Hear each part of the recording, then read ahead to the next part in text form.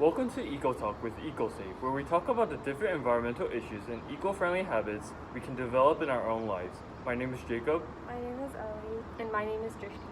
Today we're going to talk about something that we've all probably had contact with, but might not know about: fast fashion. According to Oxford Languages, fast fashion is the practice of mass-producing inexpensive clothing to respond to the latest trends. Fast fashion brands include brands like Zara or H&M. If you've ever shopped at either of these places, you might have been surprised by how they seem to offer new clothes every time you visit. So how are fast fashion brands offering such a wide variety of clothing at such a fast rate while maintaining cheap prices? The answer lies in the fast fashion business model. The industry uses trend replication, rapid production, and low-quality materials to keep prices low while maintaining a massive production scale.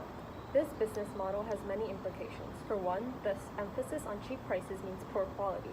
They aren't built to last. Brands like H&M and Zara are churning out as many clothes as they can to target the biggest audience possible. This makes quality control nearly impossible. To really get a grasp of just how much clothing these companies are producing, here are some statistics. In 2015 alone, the industry created 92 million tons of wastewater. This wastewater, composed of toxic chemicals, harmful dyes, and synthetics, means contamination in rivers, oceans, freshwater sources, and soil. The carbon footprint of today's fashion industry is over 8% of total greenhouse gas emissions. This is greater than that of all international travel. As these numbers demonstrate, the mass production of clothing and the harmful materials used in the process are damaging. But we also have to consider where all these clothes are going. The cheap prices and low quality we already mentioned mean that people are buying and throwing away their clothes at a much faster rate than ever before. From 2000 to 2014, the sheer volume of global clothing consumption doubled. In 2014, the average consumer bought 60% more clothing than they had in 2000, but kept each piece of clothing half as long. It's estimated that every year the amount of clothing thrown away in America alone can total to about 11 million tons. These garments, full of lead and other chemicals, almost never break down. They spend their life releasing toxic chemicals into the air. Yeah, so the consumer's role in this harmful cycle is almost as important as the supplier's role. We also can't forget about the workers who are making these cheap clothes. Part of the reason fast fashion brands are so cheap is because they use sweatshops with incredibly underpaid employees.